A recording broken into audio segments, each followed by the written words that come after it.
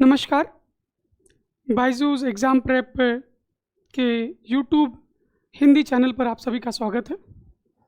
जैसा कि आप सभी लोग जानते हैं कि हम लोग टारगेट प्रीलिम्स 2024 के लिए करंट अफेयर्स को क्वेश्चन आंसर के माध्यम से कवर कर रहे हैं।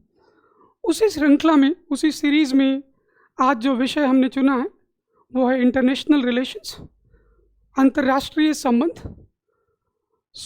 अंतर्राष्ट्रीय संबंधों पर आधारित अगर आप प्रश्न देखेंगे तो मुख्य परीक्षा में ही मोस्टली प्रश्न आते हैं, लेकिन दो एरियाज़ हैं जो प्रारंभिक परीक्षा में अंतर्राष्ट्रीय संबंध से जुड़े हैं।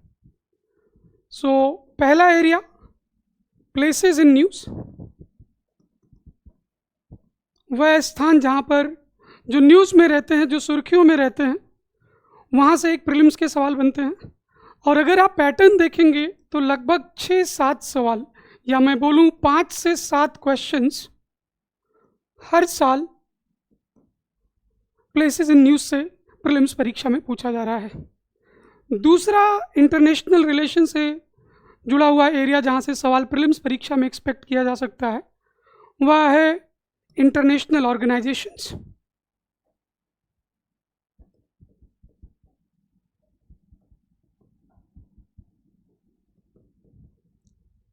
अंतर्राष्ट्रीय संगठन।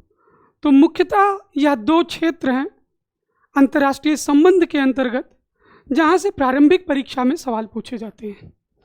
तो हमारे भी क्वेश्चंस कुछ इन्हीं एरियाज़ के अराउंड रिवॉल्व करेंगे। इन्हीं एरिया से संबंधित हम लोग प्रश्नों को रखेंगे और प्रश्न के माध्यम से हम लोग लगभग पिछले 1 साल के करंट अफेयर्स को कवर करने की कोशिश करेंगे। तो शुरू करते हैं पहले क्वेश्चन से। क्वेश्चन को शुरू करने के पहले मैं आपसे एक रिक्वेस्ट है, मेरी एक आपसे एक्सपेक्टेशन है, मेरी उम्मीद आपसे ये है कि पहली चीज़ तो क्योंकि इंटरनेशनल रिलेशन के क्वेश्चंस हैं तो वर्ल्ड मैप का नॉलेज बहुत इम्पॉर्टेंट है। तो सबसे पहले आप अपने हाथ में एटलस रख लीजिए। साथ में एटलस रखेंगे क्योंकि मैंने जानबूझकर इसमें मैप ऐड नहीं किया है। एक बात ध्यान रखनी है अपने को, जब भी हम एटलस को पढ़ते हैं तो थोड़ा सा आपका ट्रू सेल्फ से मतलब मेरा ये है कि जो एटीट्यूड आप सड़क पे लेके घूमते हैं लगभग वही एटीट्यूड आपको एटलस को पढ़ते हुए रखना है। मतलब ये कि जब कोई लोकेशन को आप मार्क करिए एटलस पर तो केवल उसी लोकेशन को मत देखिए, उसके आस पड़ोस के भी एरियाज़ को देख लीजिए, क्योंकि वही क्वेश्चन आएगा जो न्यूज़ में है। ये ज़रूरी नहीं है, उसके आस पड़ोस का भी क्षेत्र पूछा जा सकता है। तो इसलिए जब आप सड़क पे चल रहे होते हैं तो हर तरफ इधर उधर आप देख रहे होते हैं, जो झाका झाकी करते हैं वही सेम काम आपको एटलस पढ़ते हुए करना है। और दूसरी बात, वैसे आपको अर्जुन का एटीट्यूड रखना है। अर्जुन का एटीट्यूड का मतलब है कि बिल्कुल फोकस्ड, बट एटलस देखते हुए एक ही समय है जब आपको थोड़ा सा साइड में देखने का स्कोप है, वो है एटलस पढ़ते हुए। तो देखते हैं पहला क्वेश्चन। निम्नलिखित देशों को उत्तर से दक्षिण के क्रम में व्यवस्थित करें। कुछ देश दिए हुए हैं। आप सोचोगे सर ये यमन, ओमान, केन्या, मोजाम्बिक, ऐसे तो दुनिया के लगभग 200 देश होंगे। 200 कंट्रीज़ तो अपने को नहीं याद हो सकती हैं कि सबको मैं नॉर्थ साउथ या ईस्ट वेस्ट अरेंज कर सकूं। लेकिन अगर आप देखोगे तो ये सवाल पूछे जाने के पीछे एक बहुत बड़ा कारण है। आपने सुना होगा इंडियन ओशन रीजन, हिंद महासागर क्षेत्र। ये क्षेत्र आपको लगभग आए दिन न्यूज़ में दिखेगा। जैसे इंडो पैसिफिक का कॉन्सेप्ट हम लोग पढ़ते हैं इंटरनेशनल रिलेशन में, यही नहीं, आप देखोगे ईस्ट अफ्रीका के साथ में भारत के रिश्ते बहुत सुधर रहे हैं। तो उससे जुड़े जितने भी मैपिंग बेस्ड क्वेश्चंस हैं वो आपके लिए बहुत इंपॉर्टेंट हो जाते हैं। तो उसी पर आधारित ये सवाल है। तो एक बार मैप को देखते हैं कि कहाँ कहाँ पे ये कंट्रीज़ लोकेटेड हैं। अगर मैं रफली इंडिया से रेफरेंस लूँ इसका, यहाँ पे आपका पाकिस्तान, इस साइड में ईरान, और यहाँ पे आपका स्टार्ट हो जाएगा अरेबियन पेनिनसुला, अरब का प्रायद्वीप, और इस एरिया में ऐसे कुछ अपने को अफ्रीका मिलेगा। तो अगर मैं कंट्रीज़ को लोकेट करूं यहाँ पे, तो अरब पेनिनसुला में आप ध्यान से देखोगे तो ये एक देश है कॉल्ड ओमान, और यहाँ पे एक देश है कॉल्ड यमन। इसके बाद यहाँ पर सोमालिया, ऑब्वियसली वो नहीं दिया हुआ है, आपको मैप में पूरा लोकेट करना है। अपने को खोजना है केन्या। केन्या आपको यहाँ कहीं मिलेगा, और केन्या के बाद अपने को एक लंबी सी कंट्री मिलेगी मेडागास्कर के पश्चिम में, कॉल्ड मोजाम्बिक, और मोजाम्बिक के नीचे अपने को मिलेगा दक्षिण अफ्रीका, साउथ अफ्रीका। तो इस तरीके से अपने पास 4 देश हैं, उत्तर से दक्षिण अपने को अरेंज करना है। तो यमन आप देखिए तो सबसे ऊपर ओमान, तो ये 2 नंबर सबसे पहले, उसके बाद यमन, सो 1 नंबर। सोमालिया अगर मैं देखूं तो सोमालिया इसमें नहीं है। केन्या मेरी 3 नंबर की कंट्री, उसके नीचे, और फिर मोजाम्बिक। सो 2 1 3 4 राइट क्रम होगा, 2 1 3 4 मतलब बी आंसर। ओके, दूसरा क्वेश्चन देखते हैं। यहीं पे कुछ एडिशनल इंफॉर्मेशन मैं आपको दे देता हूँ जो दूसरे क्वेश्चन में अपने को मदद करेगा। अगर आप, मैंने बोला कि ये इंडिया है, ऑब्वियसली अपने को पता है कि ये भारत है, इसके बगल में पाकिस्तान, पाकिस्तान को आप भूल नहीं सकते हैं और वो आपको भूलने देगा नहीं। उसके बगल में ईरान आपको दिखेगा। ईरान में एक पोर्ट है जो बहुत न्यूज़ में आपको दिखेगा, कॉल्ड चाबार पोर्ट। अगर मैं इस पोर्ट का नाम लिखूं ईरान में तो कॉल्ड चाबाहार पोर्ट। ये चाबाहार जो बंदरगाह है, अगर आप इसको ध्यान से देखोगे तो ये पर्शियन गल्फ में नहीं खुल रहा है, ये आपका पर्शियन गल्फ है, जो फारस की खाड़ी है।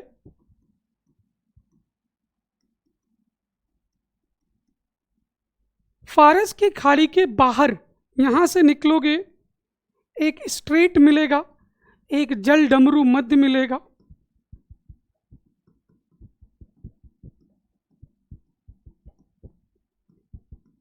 इसको इंग्लिश में स्ट्रेट बोलते हैं, उसका नाम है स्ट्रेट ऑफ हॉर्मूज।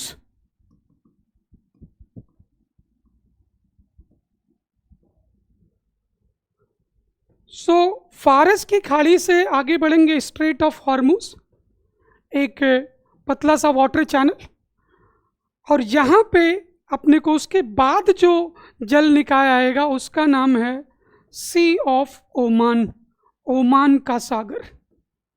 तो अगर आप ध्यान से देखोगे तो Chabahar port sea of Oman में खुलता है।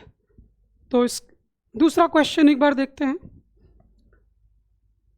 क्वेश्चन में ऑलरेडी लिखा है कि चाबार पोर्ट है कहाँ पर, तो उसने बता दिया कि ईरान में। तो केवल क्वेश्चन ईरान पे नहीं है, क्वेश्चन है कि ये खुलता कहाँ पर है, किस सागर से लग रहा है। तो फारस की खाड़ी मैंने अभी दिखाया, नहीं हो सकता है। अरब सागर हो सकता है, लेकिन तब जब ये आंसर ना दिया हो, तो मोस्ट अप्रोप्रिएट आंसर होगा अपना ओमान सागर।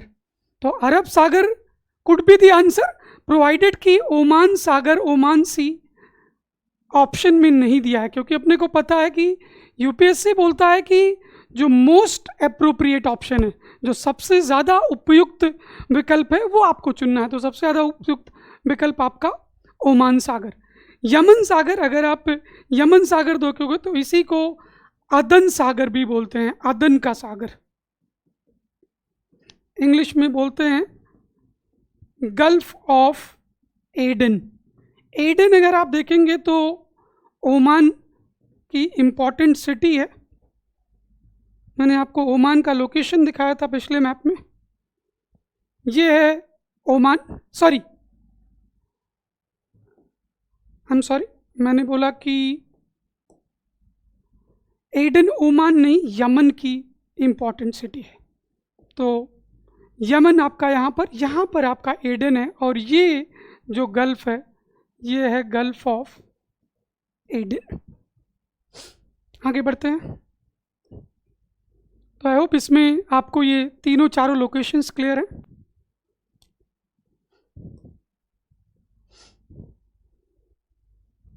नेक्स्ट क्वेश्चन, हाल ही में समाचारों में देखी गई 12 सूत्री विकास योजना 12 पॉइंट डेवलपमेंट प्रोग्राम,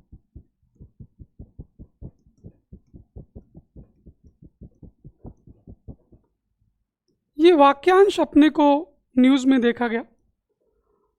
तो वन वर्ड का question but again factual question, ऐसे सवाल यूपीएससी कई बार पूछ चुकी है। तो अपने को दक्षिण प्रशांत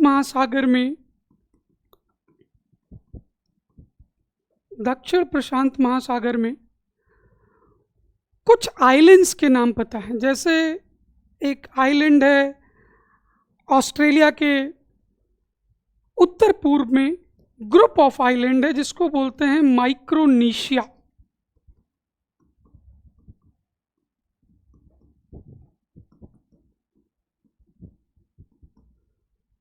उसी के नीचे दूसरा आइलैंड ग्रुप है कॉल्ड मेलानेशिया।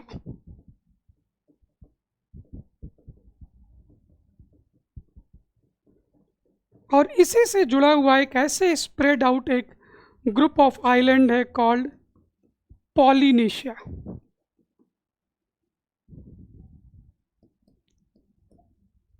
ये तीनों द्वीप समूह हैं जो प्रशांत महासागर में पाए जाते हैं। तो इंडिया इन द्वीप समूहों से जुड़ने के लिए एक फोरम के थ्रू इन द्वीप समूह से जुड़ता है, जिस फोरम का नाम है forum for India Pacific ocean islands cooperation. तो इंडिया इन देशों से जुड़ने के लिए इस फोरम के ज़रिए एक सहयोग बढ़ाता है और उसी में 12 पॉइंट डेवलपमेंट प्रोग्राम की बात होती है। तो 12 पॉइंट डेवलपमेंट प्रोग्राम इस फोरम से जुड़ा हुआ है, forum for India Pacific island cooperation. आगे बढ़ते हैं। एशियान, ब्रिक्स, ये सब का डिस्कशन बाद में करेंगे। ऑब्वियसली ये सब एग्जाम के लिए इंपॉर्टेंट है बट डिस्कशन हम लोग बाद में करेंगे। पेरिस क्लब के संबंध में निम्नलिखित कथनों पर विचार करें। तो फिर से एक वाक्यांश आधारित प्रश्न। पेरिस क्लब जो न्यूज़ में ऑब्वियसली देखा गया। तो पेरिस क्लब अगर आप देखोगे तो न्यूज़ में ये तब दिखता है जब कोई देश में आर्थिक तंगी की समस्या आती है, जैसे अभी श्रीलंका के साथ चल रहा है। तो श्रीलंका अपनी इस आर्थिक तंगी को खत्म करने के लिए कुछ इनफॉर्मल ग्रुपिंग्स का हेल्प लेती है, अनौपचारिक समूह का हेल्प लेती है।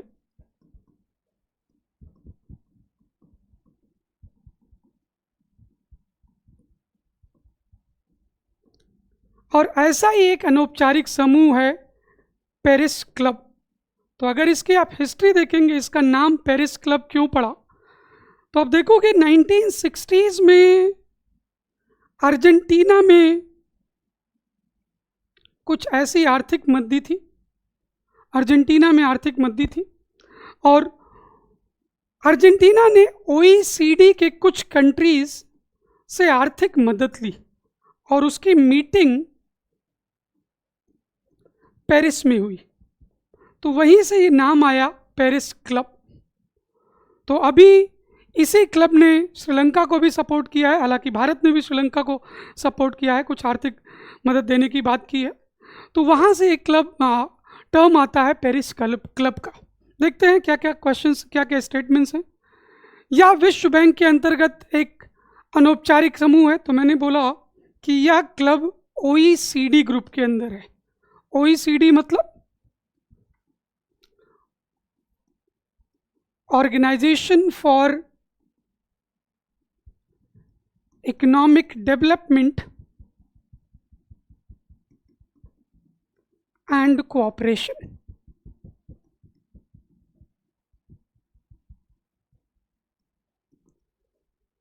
तो ये ग्रुप का निर्माण जो हुआ है वहाँ से जो संबंधित देश हैं वो OECD से जुड़े हुए हैं। तो पहली बात गलत हो गई। भारत इस समूह का संस्थापक सदस्य है, बिल्कुल भी नहीं। भारत सदस्य है बट संस्थापक सदस्य नहीं। या देशों को उनके द्विपक्षीय ऋण चुकाने में मदद करता है, ये बात करेक्ट है। यही बात मैंने बोला कि आर्थिक तंगी को कम करने के लिए ये मदद आपको दी जाएगी। उस ग्रुप का नाम है पेरिस क्लब। सो पहला और तीसरा बोलता है कितने कथन सत्य हैं, तो अपने पास 2 कथन सत्य हैं, तो इसलिए answer B for Bombay. Next देखते हैं G77 समूह के संबंध में निम्नलिखित कथनों पर विचार करें। G77 ग्रुप ऑफ 77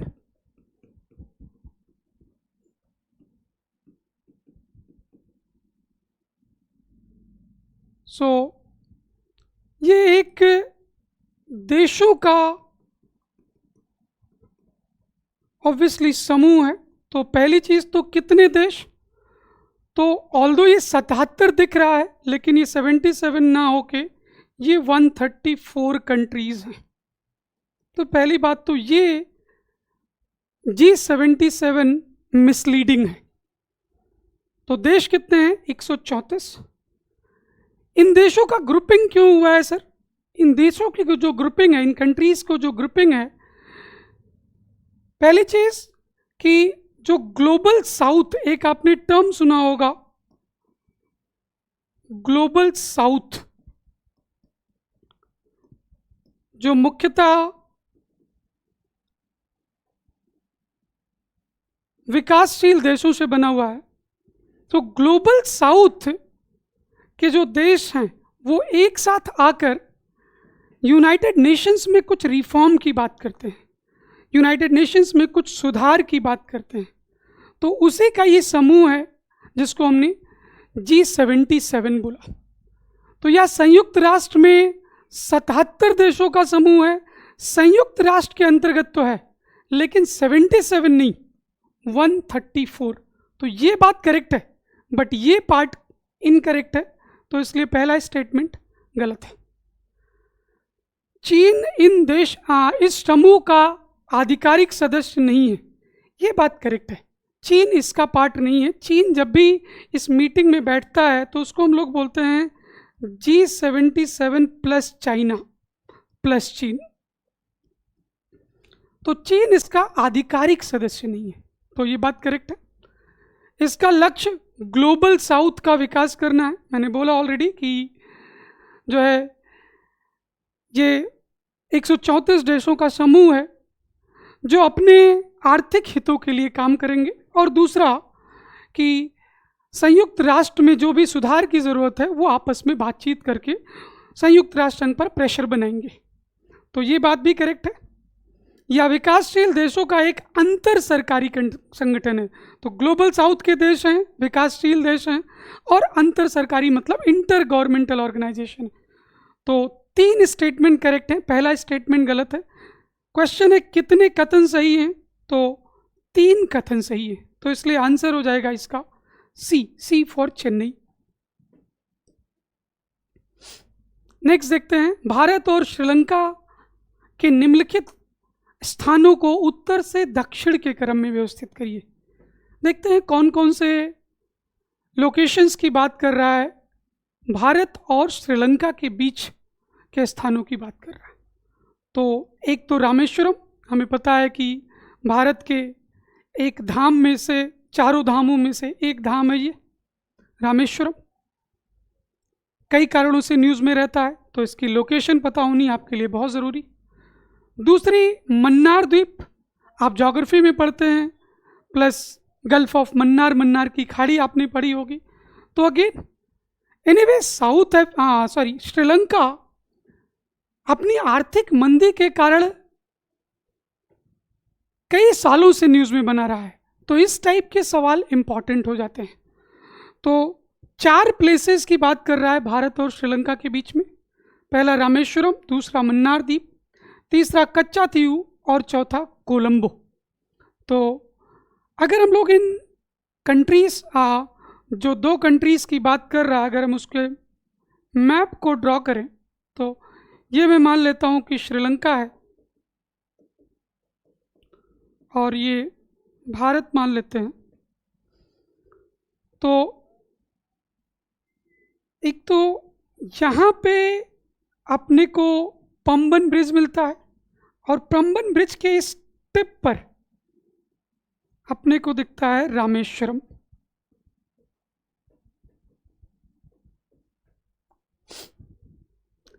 रामेश्वरम से थोड़ा ऊपर अगर आप जाएंगे इस भाग में तो यहाँ पे मिलेगा कच्चाथीऊ आइलैंड।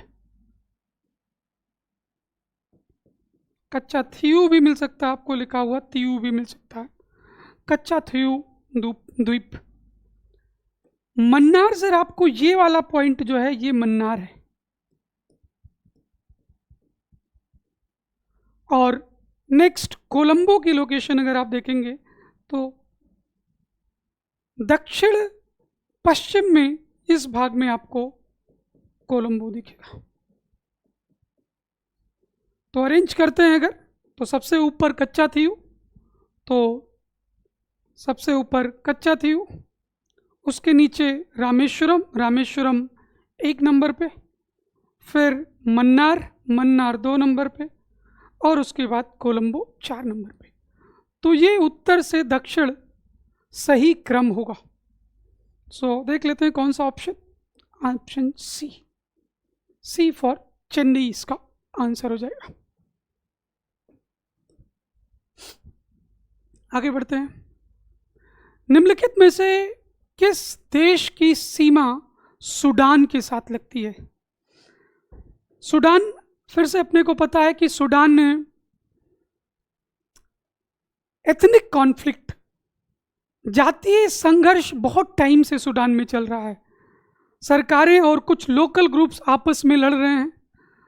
सो सूडान की लोकेशन और उसके चारों तरफ पाए जाने वाले देश एनी डे आपके लिए एग्जाम में इंपॉर्टेंट है। तो देखते हैं, अगर सूडान की लोकेशन को हम लोग देखना चाहें तो अगर मैं रफली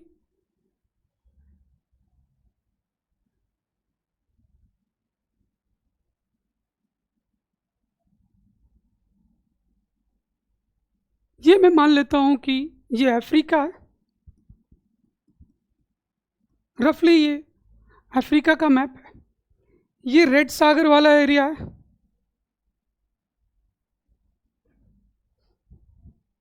यहां पे है समवॉट सूडान आपका। अगर आप मैप देखेंगे तो सूडान आपको यहां पे दिखेगा। तो सूडान पहली चीज ईस्ट साइड से, पूर्व से लाल सागर से घिरा है, रेड सी।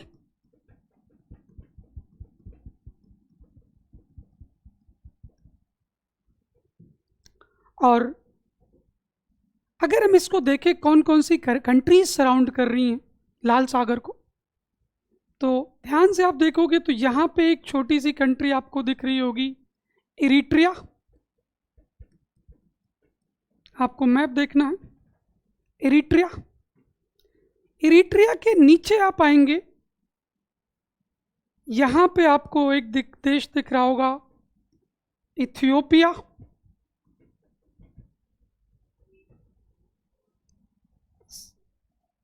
यहां पे आपको साउथ सूडान, साउथ सूडान अगर आपको पता हो तो दुनिया के सबसे नए देशों में से एक, नवीनतम देश उसको बोलते हैं दुनिया में। देख लेते कौन कौन सी कंट्रीज हैं। और फिर थोड़ा सा और लेफ्ट में जाएंगे हम लोग तो यहाँ पे अपने को मिलेगा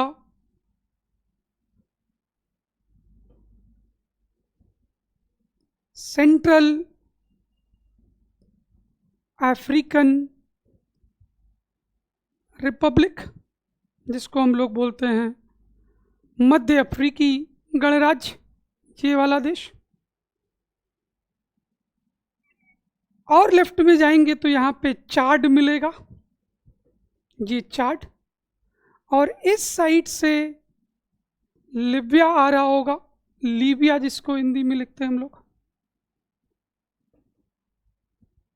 और राइट में जाएंगे अगर तो यहाँ पे आपको इजिप्ट मिलेगा, मिस्र मिलेगा।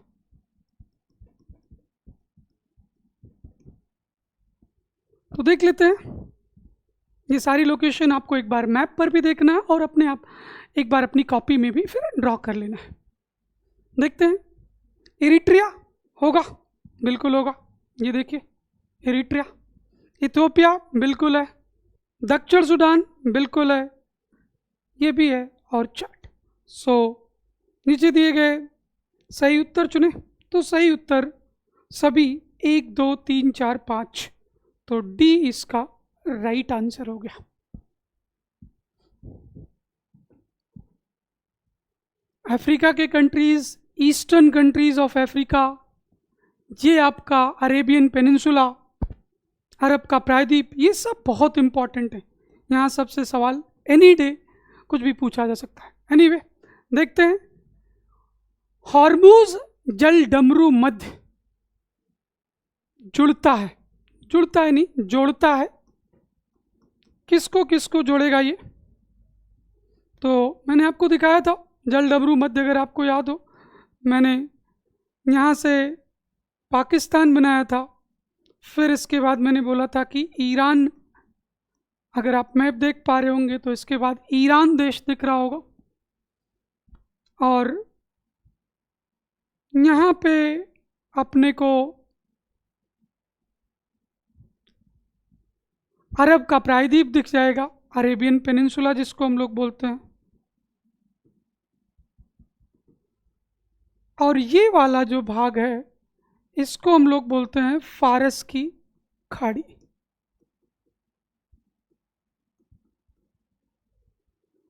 तो ये फारस की खाड़ी, ये वाला जो जल निकाय है, ये है ओमान का सागर। ऑब्वियसली उसके बाद ये पूरा भाग अरेबियन सी है, अरब सागर है, भारत के पश्चिम वाला। तो उसी अरब सागर का एक छोटा सा भाग ओमान का सागर। तो अगर आप देखो यहाँ पर है अपना जल डमरू, तो जल डमरू की लोकेशन है, जल डमरू मध्य की लोकेशन हॉर्मूज वाली, जिस जल डमरू मध्य की बात हो रही है वो है ये, तो फारस की खाड़ी और ओमान का सागर।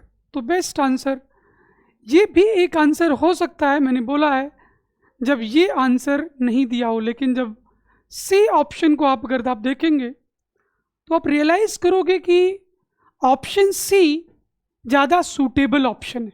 ये भी राइट है वो, लेकिन राइट तब लेंगे जब ये सी नहीं दिया होगा। अगर सी दिया हुआ है तो ए मोस्ट अप्रोप्रिएट ऑप्शन नहीं है। और अपने को पता है कि यूपीएससी गाइडलाइंस में बहुत क्लियर लिखता है कि अपने को मोस्ट अप्रोप्रिएट ऑप्शन चाहिए। ठीक है जी। सो इस हिसाब से सी इसका आंसर हो गया।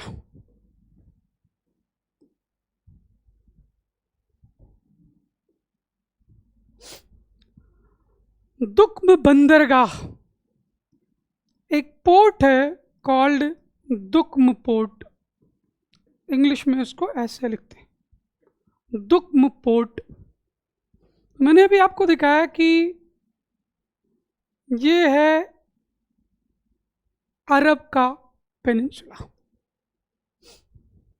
Arabian peninsula. अगर आप ध्यान से देखोगे तो ये कंट्री है आपकी यूएई, यूनाइटेड अरब एमिरेट, संयुक्त अरब अमीरात, यूएई। और ये वाला जो टिप है, ये ऊपर वाला टिप अगर आप ध्यान से देखोगे मैप को तो ये ओमान का है।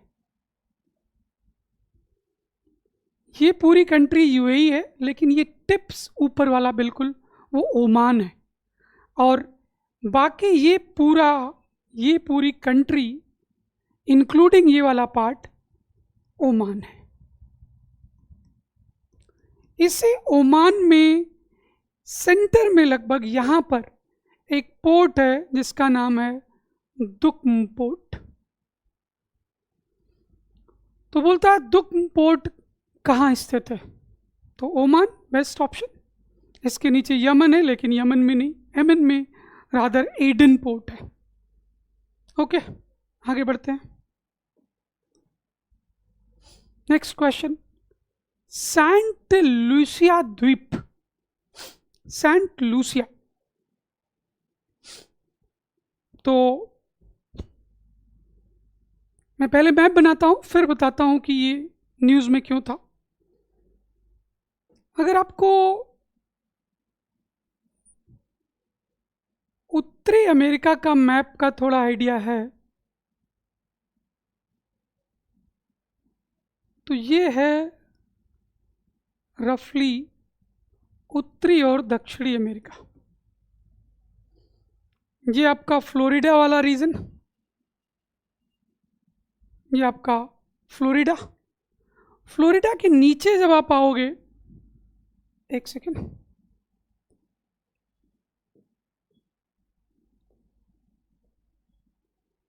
फ्लोरिडा के नीचे जब हम आएंगे, यहां पे छोटी सी island country called Cuba. Cuba के राइट में जाएंगे तो हैती,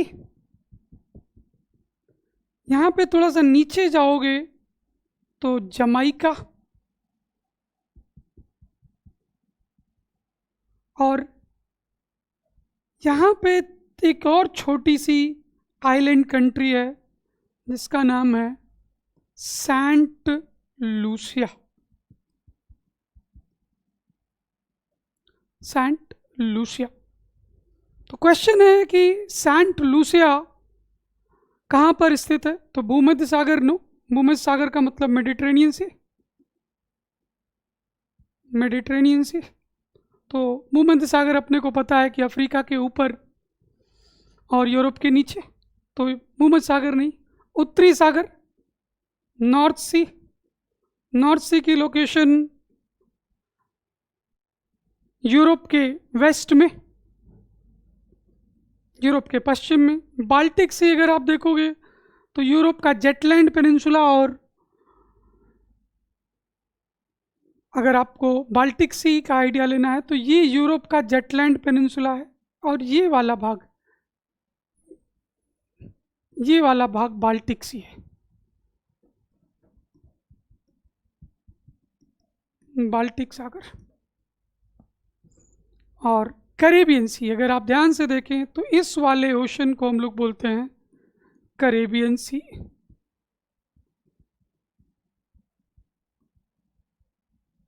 कैरेबियन सागर। आई होप यहां तक चीजें ओके हैं।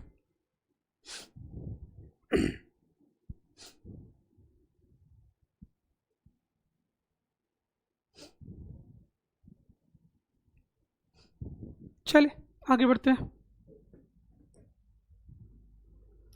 निम्नलिखित में से किस देश की सीमा कैस्पियन सागर से लगती है? कैस्पियन सागर मध्य एशिया में एक बड़ा सागर है, सेंट्रल एशिया। और सेंट्रल एशिया कई कारणों से न्यूज़ में रहा है, तो पूरा का पूरा सेंट्रल एशिया और इम्पॉर्टेंट ज्योग्राफिकल लोकेशंस किसी भी दिन यूपीएससी में सवाल के तरीके पूछे जा सकते हैं, मुख्यतः प्रारंभिक परीक्षा में, प्रीलिम्स के एग्जाम में। तो देखते हैं। तो बोलता है कि निम्नलिखित में से किस देश की सीमा कैस्पियन सागर से लगती है? तो सेंट्रल एशिया में बनाने से पहले मैं एक दो मैप और बना देता हूं। मैं रेफरेंस ले लेता हूं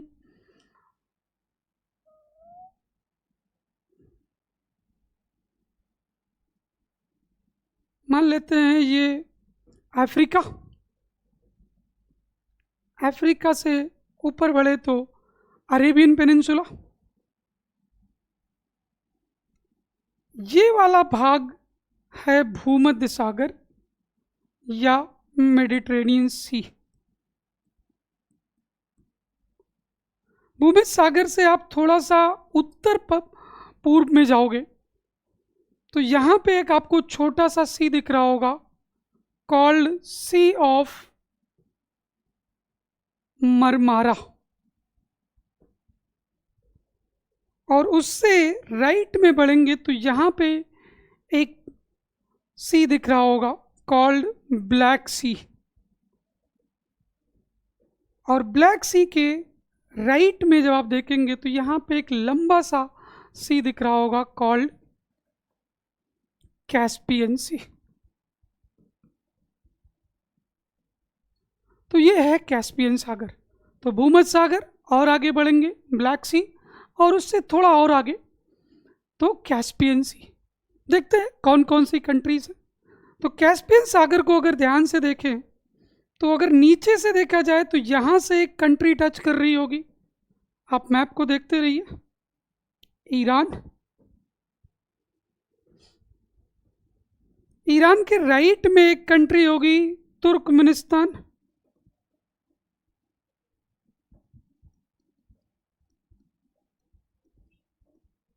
तुर्कमेनिस्तान। और यहां पर उसके और ऊपर एक बड़ी सी कंट्री है, ये वाली, कॉल्ड तजाकिस्तान।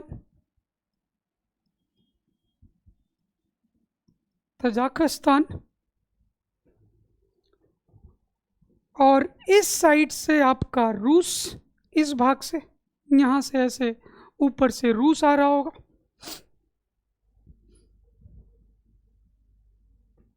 और ये बचा हुआ भाग, ये वाला जो भाग है, ये वाला, ये है अजरबैजान। अजरबैजान। तो टोटल अगर देखें तो 1 2 3 4 और 5 कंट्रीज कैस्पियन सागर को, कैस्पियन सागर से जो है तट बनाती हैं। देखते हैं ऑप्शंस को। ईरान, बिल्कुल ईरान दक्षिण साइड से। तुर्कमेनिस्तान दक्षिण पूर्व से, बिल्कुल सही। अर्मीनिया, अर्मीनिया का अगर आप लोकेशन देखोगे तो ये अजरबैजान के वेस्ट में, वेस्ट साउथ वेस्ट में आपको दिखेगा। तो अर्मीनिया नहीं, अर्मीनिया कैस्पियन सागर से उसकी सीमा नहीं मिलेगी। रूस बिल्कुल करेक्ट। यूक्रेन बिल्कुल नहीं। अगर आप यूक्रेन देखोगे, ये ब्लैक सी है, ब्लैक सी के ऊपर आपको सी ऑफ अजोब दिख रहा होगा और उसके ऊपर आपको यूक्रेन दिखेगा। तो यूक्रेन कहीं यहाँ पे आपको दिखेगा। और कैस्पियन सागर आप देखिए तो काफ़ी दूर है उससे। तो इस तरीके से सही ऑप्शन क्या हो जाएगा? 1 2 और 4, ऑप्शन ए। तो option A is the right answer.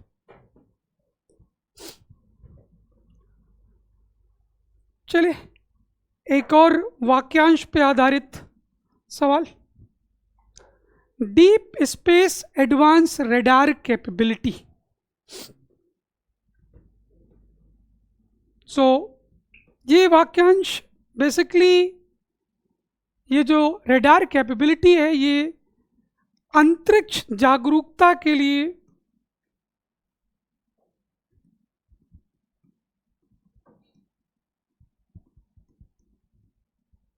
AUKUS का इनिशिएटिव है। ये ऑकस का प्रयास है। सो पहला ऑप्शन करेक्ट। ऑकस के बारे में कुछ चीज़ें आपको पता होनी चाहिए।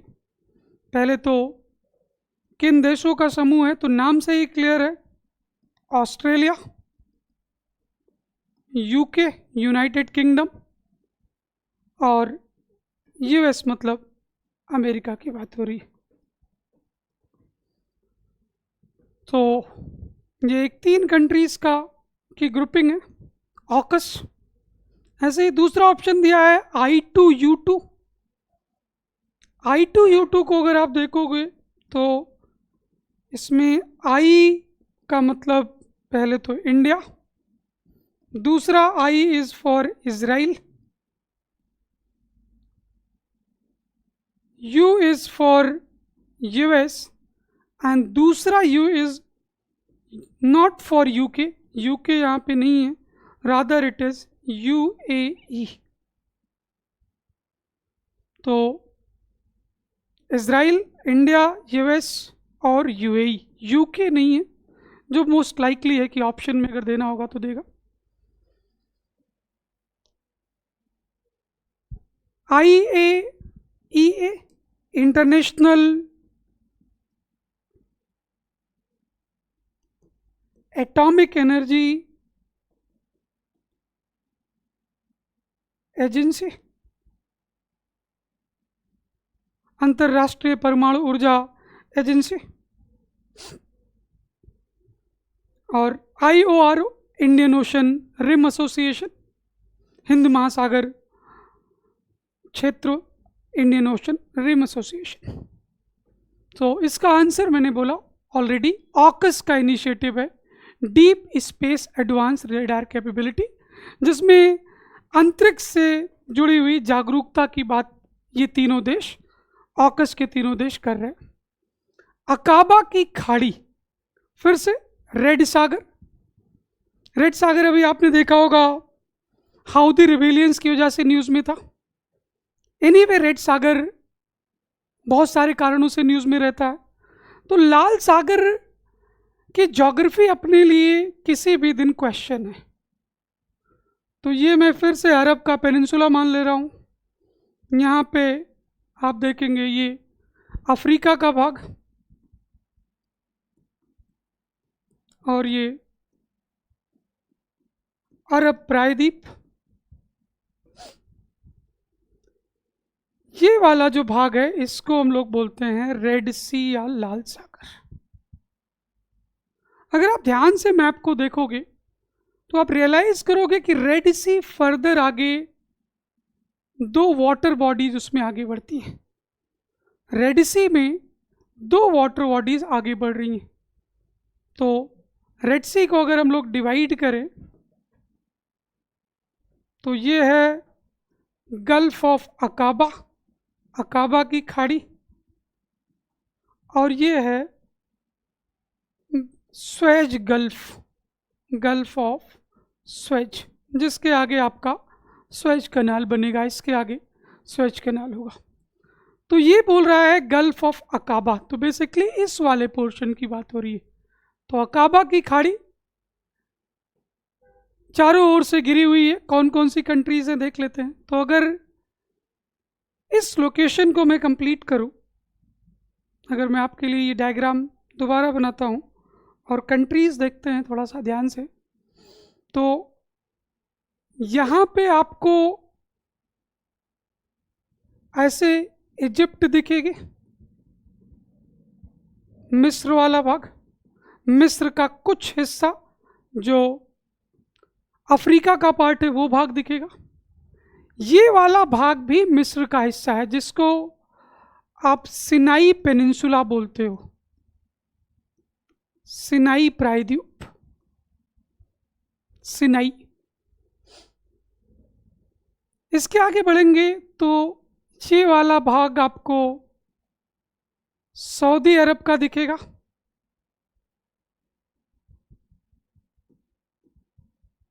ये सऊदी अरब अपने को पता है, ये पूरा भाग सऊदी अरब। इसके ऊपर जॉर्डन और इस साइड में इजराइल। तो अगर आप ध्यान से देखो तो अकाबा, अगर मैं इसको गल्फ ऑफ अकाबा मान लूँ तो इस साइड से आपको सऊदी अरब दिख रहा होगा, ऊपर की तरफ जॉर्डन दिख रहा होगा, इस साइड में इजराइल दिख रहा होगा, और इस भाग में इजिप्ट, इजिप्ट का सिनाई पेनिनसुला।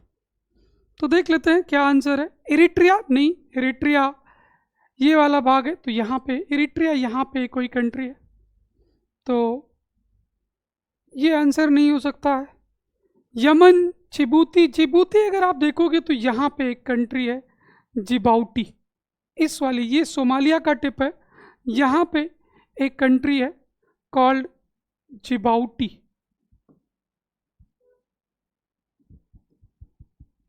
हिंदी में हम लोग जिबूती लिखते हैं।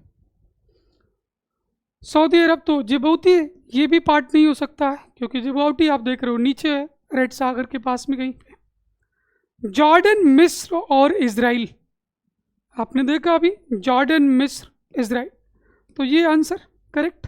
लेबनान अगर आप देखोगे तो इजराइल के ऊपर वाला भाग, उत्तर में लेबनान मिलेगा आपको, तो ये आंसर भी नहीं हो सकता है, इसलिए राइट आंसर सी।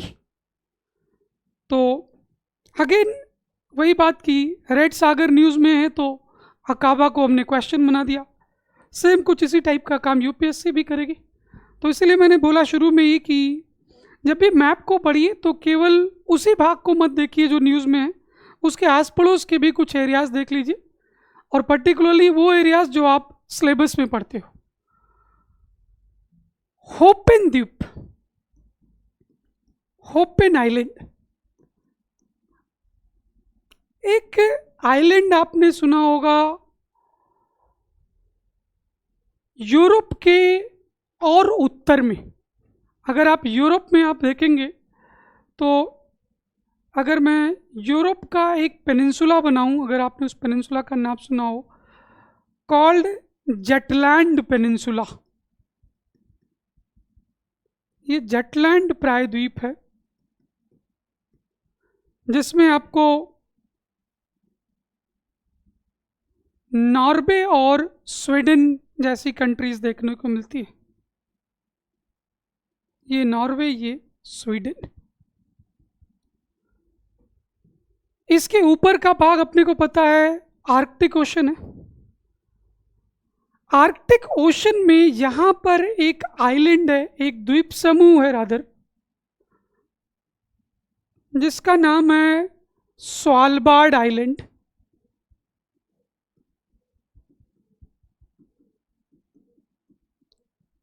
स्वालबार्ड द्वीप समूह।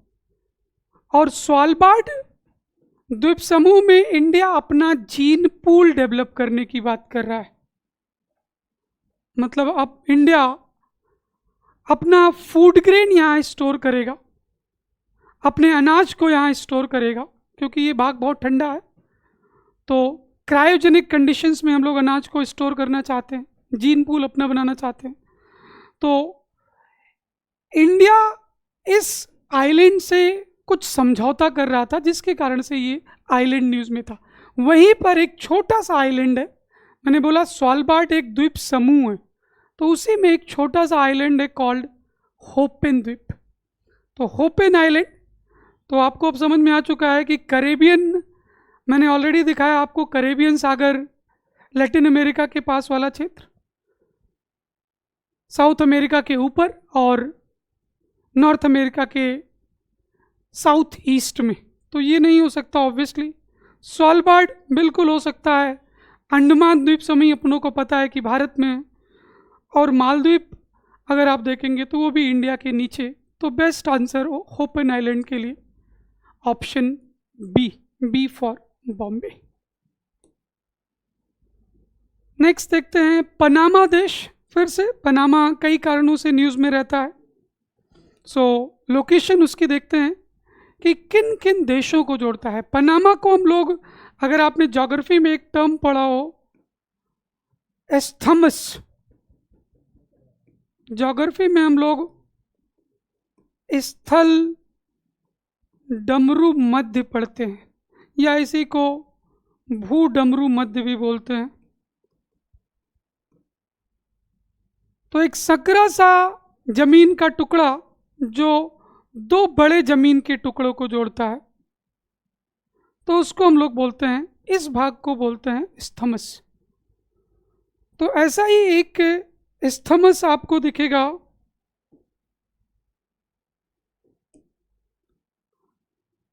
जब आप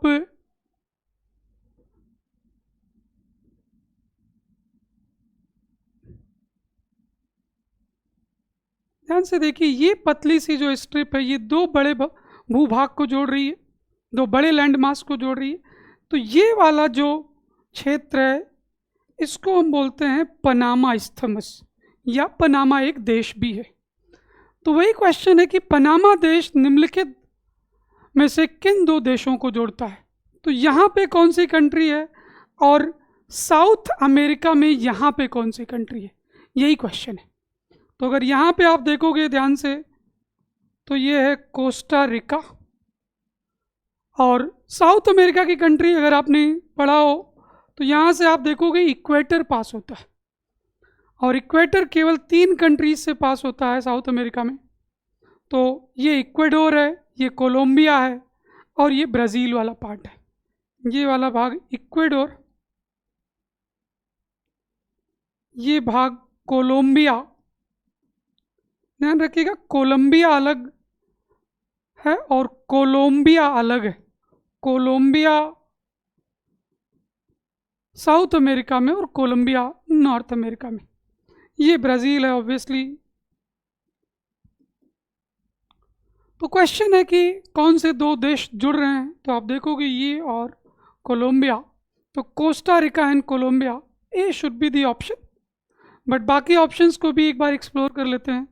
कोलंबिया और जमाइका, आपको याद हो मैंने यहाँ पे फ्लोरिडा बनाया था, यहाँ पे क्यूबा बनाया था, यहाँ पे हाईती बनाया था, और बोला था यहाँ छोटा सा आइलैंड है कॉल्ड जमाइका। तो जमाइका तो कैरेबियन आइलैंड है, नहीं हो सकता है। इक्वेडोर मैंने आपको दिखाया, इक्वेडोर डायरेक्टली जुड़ नहीं रहा है। सिमिलरली वेनेजुएला यहाँ पे एक कंट्री है, छोटी सी एक कंट्री वेनेजुएला, जो न्यूज़ में रहती है पॉलिटिकल इनस्टेबिलिटी की वजह से, या इंडिया यहाँ से तेल भी आयात करता है तो उस कारण से भी ये न्यूज़ में रहता है। बट ये आंसर नहीं है, answer is A for Ahmedabad. Next question देखते हैं। बिम्स्टेक के संबंध में निम्नलिखित कथनों पर विचार करें। अंतर्राष्ट्रीय संबंध में मैंने बोला कि 2 एरिया सबसे इंपॉर्टेंट हैं। पहला एरिया मैंने बोला था कि प्लेसेस इन न्यूज़, वह स्थान जो समाचारों में किन्हीं कारणों से हैं, वह स्थान और उसके आस पड़ोस का स्थान इम्पॉर्टेंट हो जाता है। और दूसरा मैंने बोला था कि अंतर्राष्ट्रीय संगठन पर आधारित कई सवाल, 2-3 सवाल लगभग हर साल पूछे जा रहे हैं। तो कुछ उसी पर आधारित कुछ क्वेश्चंस देखते हैं। है बिम्स्टेक, बिम्स्टेक आपने ऑलरेडी कई बार न्यूज़ में देखा। देखते हैं क्वेश्चन क्या है, फिर इसके थोड़े डिटेल्स देखेंगे। बोलता है बिम्स्टेक की स्थापना ढाका डिक्लेरेशन के बाद हुई। तो again a factual question. BIMSTEC के बारे में अगर थोड़ी सी बिम्स्टेक की ब्रीफ में, संक्षिप्त में अगर हम हिस्ट्री देखें इसकी, तो बिम्स्टेक की शुरुआत होती है 1997 में।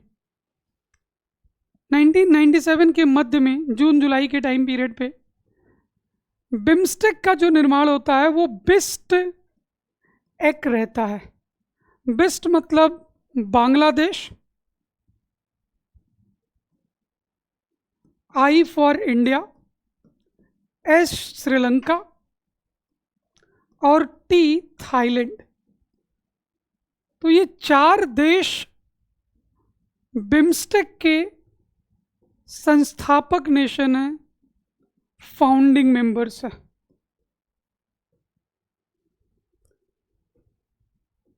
ये मैंने बोला ये जून जुलाई के टाइम पीरियड में बिस्ट एक बना। EC stand for economic cooperation. तो अगर आप बिम्स्टेक को देखोगे तो इसका मुख्य उद्देश्य है आर्थिक हितों की रक्षा करना। एक रीजनल ग्रुपिंग है बिम्स्टेक, एक क्षेत्रीय संगठन है जिसमें आर्थिक हित सबसे ऊपर है, तो इसलिए इकोनॉमिक कोऑपरेशन की बात करता है। एनीवे, सो 1997 में बिम्स्टेक पहले 4 देश जुड़ते हैं, बांग्लादेश, इंडिया, श्रीलंका और थाईलैंड। और 1997 लास्ट में करीब नवंबर दिसंबर के टाइम पे आप देखोगे इसी के साथ म्यांमार भी जुड़ जाता है। म्यांमार मतलब बर्मा, जिसको हम लोग पहले बोलते थे। तो अब टोटल 5 कंट्रीज हो चुकी हैं बिम्स्टेक में।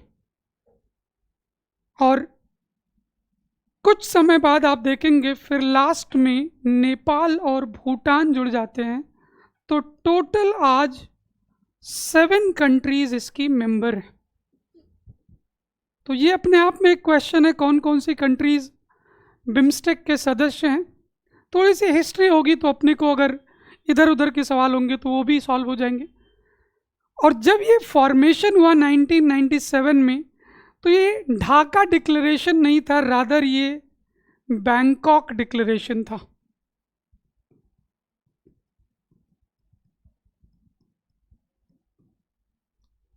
तो ढाका बांग्लादेश की कैपिटल है, तो बांग्लादेश में ये मीटिंग नहीं है, ये है बैंकॉक डिक्लेरेशन।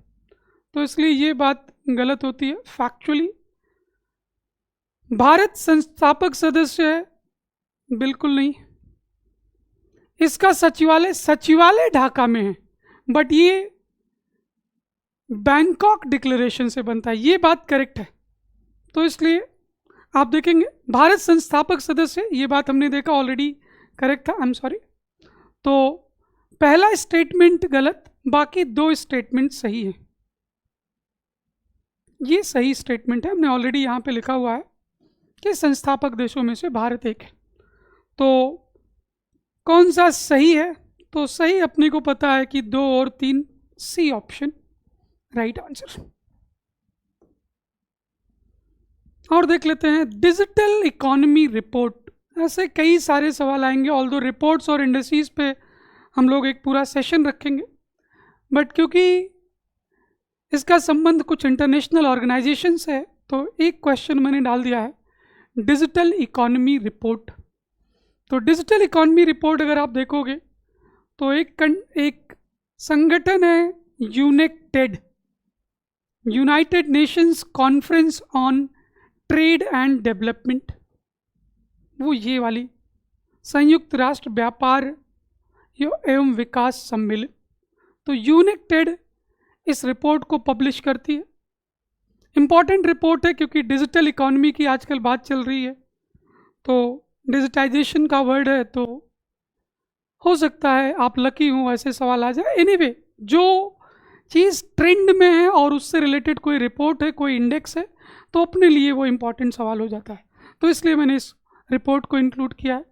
ऐसे ही विश्व आर्थिक मंच, वर्ल्ड इकोनॉमिक फोरम इंग्लिश में बोलते हैं इसको, वर्ल्ड इकोनॉमिक फोरम से जुड़ी हुई ऑलरेडी 2-3 रिपोर्ट्स यूपीएससी पूछ चुकी है। जैसे इसकी सबसे फेमस रिपोर्ट है global gender gap report, global gender gap report. तो global gender gap report world economic forum की, ऑलरेडी यूपीएससी ने पूछा हुआ, यही सवाल था कि ग्लोबल जेंडर गैप रिपोर्ट कौन रिलीज करता है। तो एक तो ये वर्ल्ड बैंक, आपने सुना होगा ईज ऑफ डूइंग बिजनेस, बहुत ही इंपॉर्टेंट रिपोर्ट वर्ल्ड बैंक की, टिप पर रखी है सब। तो एनीवे, हम लोग रिपोर्ट्स और इंडिसेस पे और डिटेल्ड एक पूरा दिन ही रखा हुआ है, तो वहाँ पे और रिपोर्ट्स आएंगी। एक क्वेश्चन है इंडिया के अंटार्कटिक प्रोग्राम पर,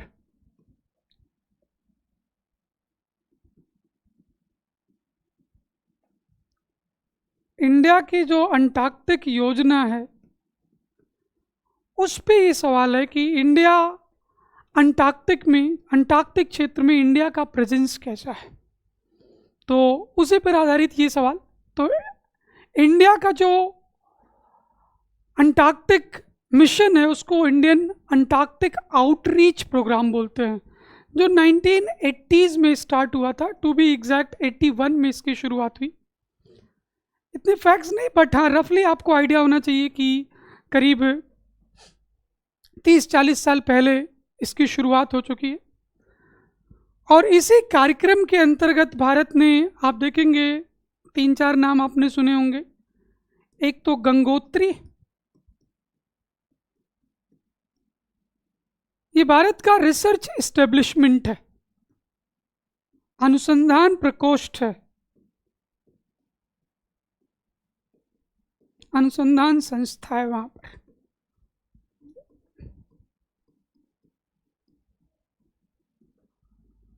तो पहला ये आपको दिखेगा 1980s में, 83 के अराउंड इसका इस्टेब्लिशमेंट हुआ, गंगोत्री।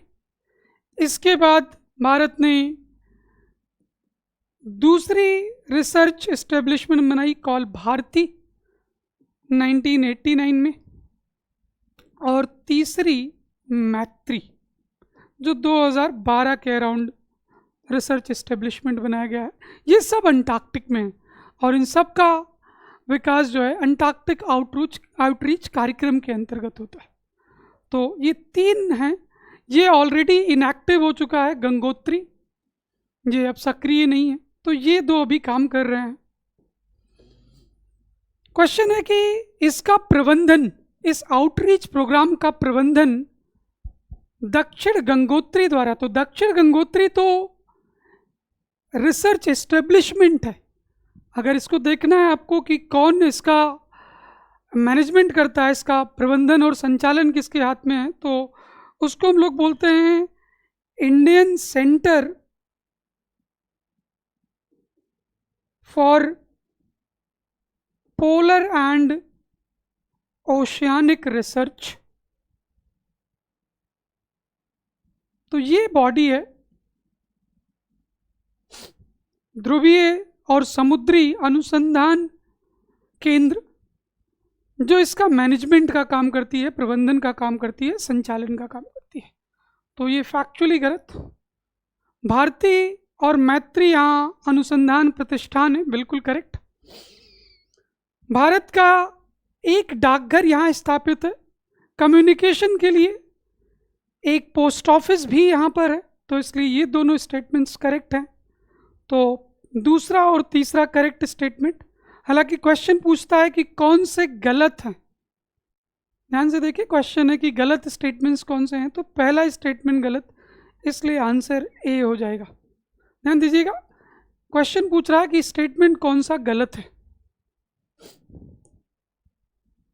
नेक्स्ट देखते हैं, निम्नलिखित में से कौन सा देश खाड़ी सहयोग परिषद, हम लोग गल्फ कोऑपरेशन काउंसिल, कोशिश करिए इसको गल्फ कोऑपरेशन काउंसिल ही लिखिए, गल्फ कोऑपरेशन काउंसिल, हिंदी में भी गल्फ कोऑपरेशन काउंसिल लिखिए। बोलता है कौन कौन से देश इसके मेंबर है, तो देख लेते हैं गल्फ कंट्रीज को एक बार। अरेबियन पेनिनसुला फिर से आपके लिए, यहाँ पे आपका यूएई, यूनाइटेड अरब अमीरात, इस भाग में ओमान। मैंने बोला था कि ये छोटा सा टिप भी ओमान का ही हिस्सा है, और ये नीचे यमन, ये ऑब्वियसली सऊदी अरेबिया, ये यूएई, यहाँ पे है इस भाग में, यहाँ पे आपको मिलेगा कुवैत, यहाँ पे बहरीन, और यहाँ पे छोटी सी कंट्री कॉल्ड,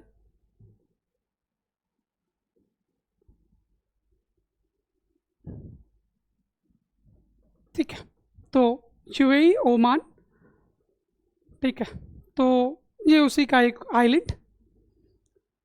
देखते हैं कौन कौन से गल्फ के पार्ट है, तो Saudi Arab yes, Kuwait yes, Iran, Iran no, और यमन भी इसका हिस्सा नहीं है, तो दिस इज ऑल्सो नो। तो टोटल 6 कंट्रीज, एक तो यूएई, 2, 3, 4, 5, यहाँ पे एक छोटी सी कंट्री और होगी, जस्ट अ सेकेंड।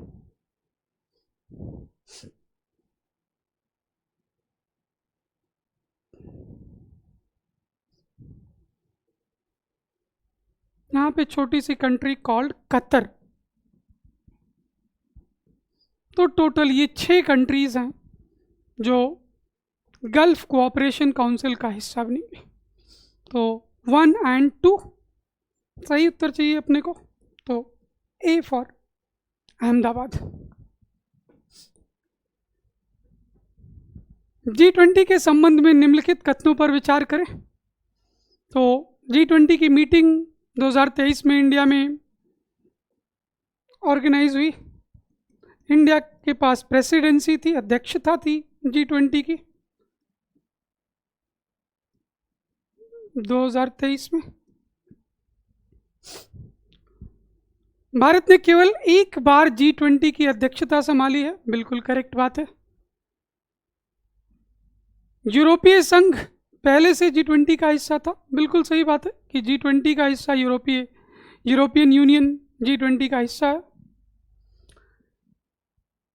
इस G20 की मीटिंग में जो इंडिया ने जिसकी अध्यक्षता की, उसमें अफ्रीकन यूनियन को भी G20 का पार्ट बना दिया। तो अफ्रीकन यूनियन भी G20 का पार्ट है, तो इसलिए ये स्टेटमेंट भी करेक्ट है। बाकी G20 पे हम लोग कई सारे डिटेल्ड क्वेश्चंस और रखेंगे, जैसे कि G20 के मेंबर्स कौन कौन से हैं, वो अपने आप में बहुत इंपॉर्टेंट क्वेश्चन है। इसका हेडक्वार्टर कहाँ पे है, कैसे फॉर्मेशन हुआ, वो मैं मे बी नेक्स्ट डे देखूंगा। उससे रिलेटेड डिटेल में एक टॉप क्वेश्चन बनाएंगे इस पे। नीचे दिए गए कूट का उपयोग करके सही उत्तर चुने। तो सही उत्तर अगर हम देखें तो तीनों राइट आंसर हैं, तो D for Delhi. Hand in hand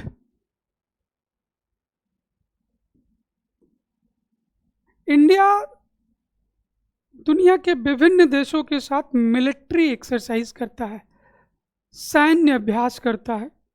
वो प्रीलिम्स में डायरेक्टली ऐसे क्वेश्चंस कई बार पूछे गए हैं, ऑल्दो ये फैक्चुअल क्वेश्चन है, बट जो न्यूज़ में रहता है, जैसे करीब 20-25 मिलिट्री एक्सरसाइजेज हर साल होती है जो न्यूज़ में देखी जाती हैं, तो वो आपके टिप पर होना चाहिए। जैसे एक ऐसा है हैंड इन हैंड जो भारत चीन के साथ करता है, जो इंडिया चाइना के साथ करता है, तो इसलिए इसका राइट आंसर है इंडिया और चीन। नेक्स्ट देखते हैं, दारफुर क्षेत्र किससे संबंधित है?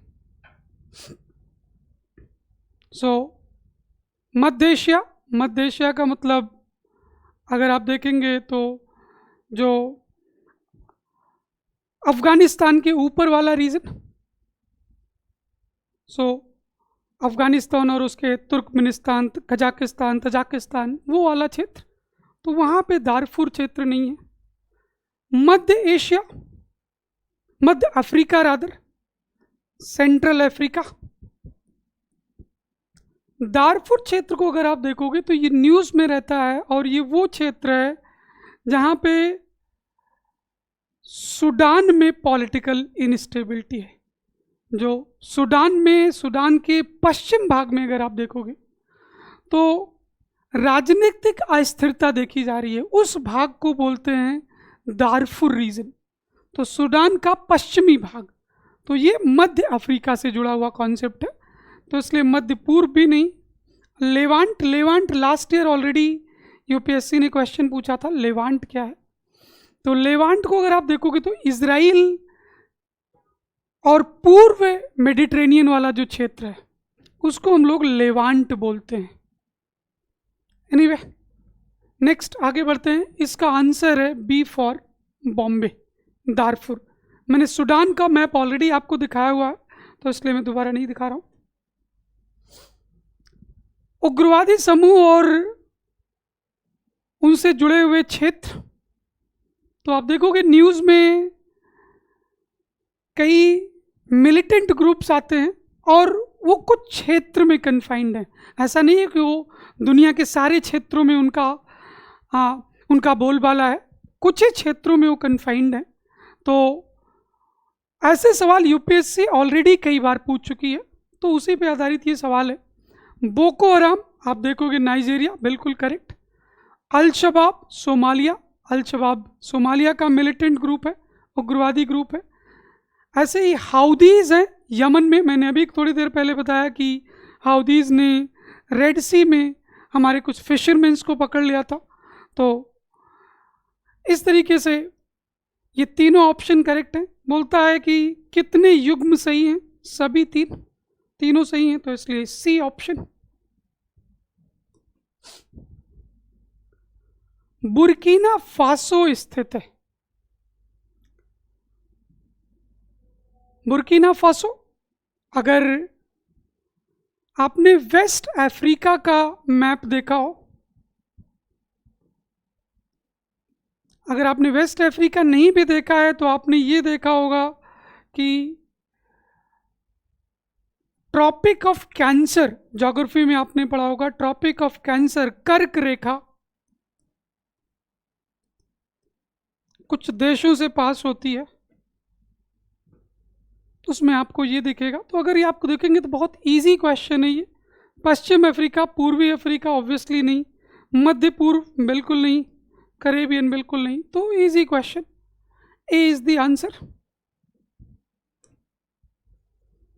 नेक्स्ट देखते हैं अफार त्रिभुज, ये न्यूज़ में था। पहले तो इसकी लोकेशन देखते हैं, फिर मैं आपको न्यूज़ बताता हूँ।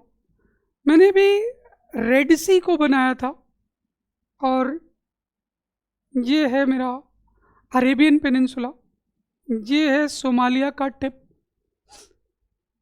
यहाँ पे मैंने बोला है एक कंट्री जिबाउटी, और यहाँ पे मैंने बोला था एक कंट्री है, कोस्टल कंट्री है, इरिट्रिया, और इसके पीछे कोस्टल नहीं है वो, एक कंट्री है कॉल्ड इथियोपिया। ये इन तीनों का जो ट्रायंगल बनता है इसको बोलते हैं आर्फर ट्रायंगल या अफार ट्रायंगल। ऐसा माना जा रहा है कि जियोलॉजिस्ट ने अभी स्टडी की है, कुछ भूगोल शास्त्रियों ने यहाँ पे अध्ययन किया, और माना जाता है कि यहाँ पे दुनिया का 6ठा समुद्र डेवलप हो रहा है। तो इसलिए ये क्षेत्र न्यूज़ में, तो देख लेते हैं। इसी क्षेत्र को हम लोग बोलते हैं हॉर्न ऑफ अफ्रीका, इस वाले भाग को। तो आफुर त्रिभुज का संबंध है, ये बिल्कुल हो सकता है। भारतीय प्रायद्वीप नो, आइसलैंड नो, कोई नहीं तो हो ही नहीं सकता। तो आंसर इसका ए फॉर अहमदाबाद, तो ये इसका right answer. So this is all guys. Total हमने कुछ 20 से 25 क्वेश्चंस डिस्कस किए हैं, जिसमें मुख्यतः प्लेसेस इन न्यूज़ थे और इंटरनेशनल ऑर्गेनाइजेशंस। एक सेशन और हम लोग इस पर रखेंगे, अंतर्राष्ट्रीय संबंधों पर। आज के लिए थैंक यू।